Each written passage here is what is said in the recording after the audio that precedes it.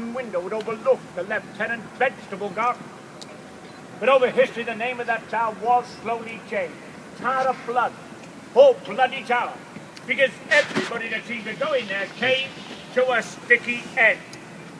In fact, it was here in June of 1483, that two young boys, two princes, one in fact a boy king for 77 days, Edward V, and his younger brother Richard, Duke of York. They had been brought here to the Tower of London to lodge by their uncle and their protector, a man called Richard, Duke of Gloucester. A man that Shakespeare would later write about in history. Shakespeare claimed that Gloucester had deformity of the body, that crouch back. But sightings of those two boy princes, one aged 12, the other 9, playing it, and around this tower suddenly ceased. September 1483. They were never, ever, ever seen alive again.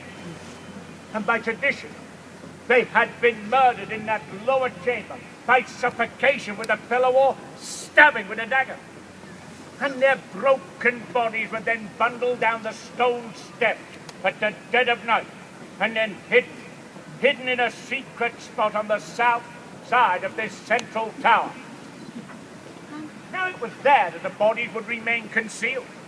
They lay hidden there for 191 years, until at last, during the reign of Charles II, workmen who were working on a stairwell there would discover a wooden chest. Now at first they thought they'd found treasure. They brushed away the soil and dirt, broke open that ancient lock. But there was no gold, no silver, no jewels, just the rotten skeletal remains of two small boys.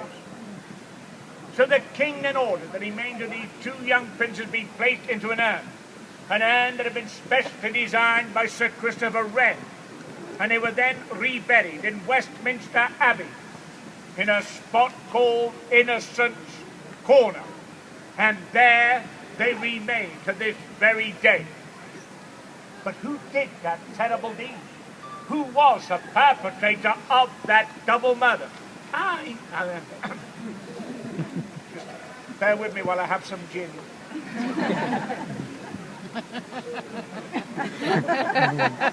It's Beefeather gin. But who did that terrible deed? I cannot tell you. You have to read the evidence yourselves and make up your own minds. It's a whodunit. But some people think it was the Duke of Buckingham. Many people claim that it was Henry Tudor. But most people believe it was the boy's own uncle, Richard, Duke of Gloucester. He'd already declared himself the King of England before the two